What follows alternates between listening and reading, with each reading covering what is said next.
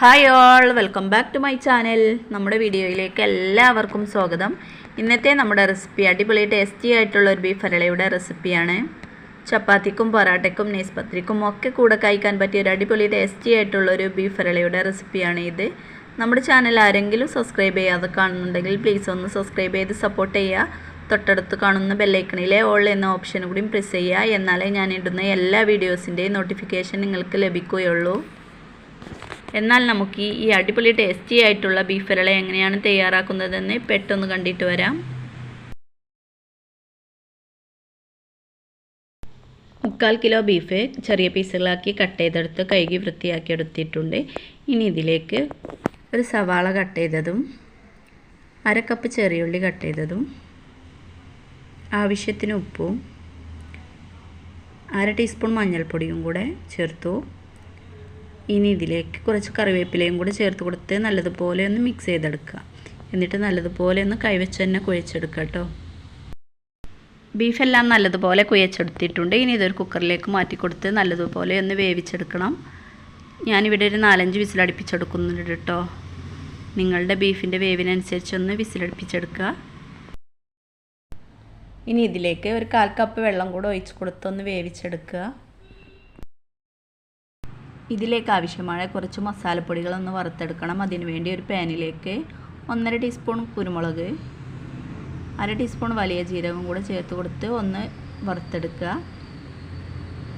ഇനി ഇതിലേക്ക് 2 ടീസ്പൂൺ മല്ലിപ്പൊടി, 1/2 ടീസ്പൂൺ മുളക് പൊടിയും കൂടെ ചേർത്ത് കൊടുത്ത് ഒന്നും കൂടെ ഒന്ന് വറുത്തെടുക്കുക. പൊടികളൊക്കെ കരിഞ്ഞു പോവാതെ വറുത്തെടുക്കുക കേട്ടോ. ഇതിലേക്ക് ഒരു 1/2 ടീസ്പൂൺ ഗരം മസാലയും കൂടെ ചേർത്ത് കൊടുത്ത് ഒന്നും കൂടെ ഒന്ന് ചൂടാക്കി എടുക്കുക കേട്ടോ. ചൂടായ പാനിലേക്ക് കുറച്ച് വെളിച്ചെണ്ണ ഒഴിച്ചു കൊടുത്തു. ഇതിലേക്ക് 2 ടീസ്പൂൺ ഇഞ്ചി വെളുത്തുള്ളി പേസ്റ്റ് ചേർത്ത് കൊടുത്ത് ഇഞ്ചി വെളുത്തുള്ളിയുടെ പച്ചമണം മാറുന്നത് വരെ ഒന്ന് വഴറ്റിയെടുക്കുക. 2 തക്കാളി കട്ട് ചെയ്തതും കൂടെ ചേർത്ത് കൊടുത്ത് ഒന്ന് വേവിച്ചെടുക്കുക. നേരത്തെ വറുത്തെടുത്ത മസാലപ്പൊടികളെല്ലാം ചൂടാറിയ ശേഷം മിക്സിയുടെ ജാറിലേക്ക് മാറ്റി കൊടുത്ത് നല്ലതുപോലെ ഒന്ന് പൊടിച്ചെടുക്കുക. തക്കാളി എല്ലാം നല്ലതുപോലെ വേവിച്ചെടുത്ത് ഒന്ന് ഉടച്ചെടുക്കണം. തക്കാളി എല്ലാം നല്ലതുപോലെ വേവിച്ചെടുത്ത് ഒന്ന് ഉടച്ചെടുക്കുന്നുണ്ട്. ഇനി ഇതിലേക്ക് നേരത്തെ പൊടിച്ചെടുത്ത മസാലപ്പൊടികളെല്ലാം ചേർത്ത് കൊടുത്ത് നല്ലതുപോലെ ഒന്ന് വഴറ്റിയെടുക്കുക. മസാലപ്പൊടികളൊക്കെ നല്ലതുപോലെ ഒന്ന് വഴറ്റിയെടുക്കുക കേട്ടോ.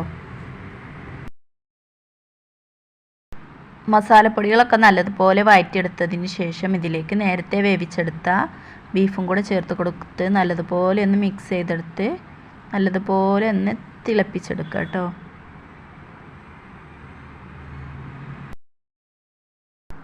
ഈ സമയം ഉപ്പൊക്കെ കുറവാണെങ്കിൽ ഉപ്പൊക്കെ നോക്കി ഒന്ന് ആവശ്യത്തിന് ചേർത്ത് കൊടുക്കുക. ഇനി ഈ ബീഫ് ഒരു 5 മിനിറ്റ് ഒന്ന് അടച്ചു വെച്ച് വേവിച്ചെടുക്കുക. 5 മിനിറ്റിന് ശേഷം നമ്മുടെ ബീഫിലെ വെള്ളമൊക്കെ ഏകദേശം വറ്റി വന്നിട്ടുണ്ട്. ഇനി നമുക്കിതൊന്ന് വറവിട്ടെടുക്കണം. അതിനു വേണ്ടി ഒരു പാനിലേക്ക് കുറച്ച് എണ്ണ ഒഴിച്ചു കൊടുത്തു. വെളിച്ചെണ്ണ ഒഴിച്ചു കൊടുത്തത്. ഇനി ഇതിലേക്ക് 3 പച്ചമുളക് കട്ട് ചെയ്തതും കുറച്ച് കറിവേപ്പിലയും കൂടെ ചേർത്ത് കൊടുത്ത് ഒന്ന് വറവിട്ടെടുക്കുക.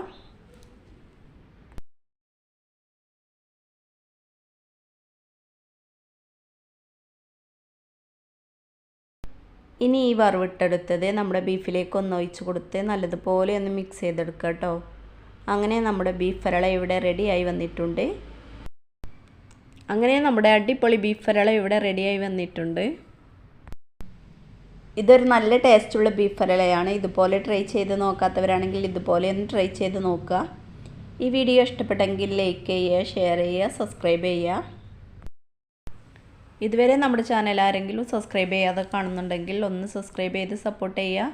നിങ്ങളുടെ ഫ്രണ്ട്സ് ആൻഡ് ഫാമിലിയൊക്കെ അടുന്ന് ഷെയർ ചെയ്ത് കൊടുക്കുക കേട്ടോ. അടുത്തൊരു വീഡിയോയുമായി വീണ്ടും കാണാം ഇൻഷാ അല്ലാഹ്.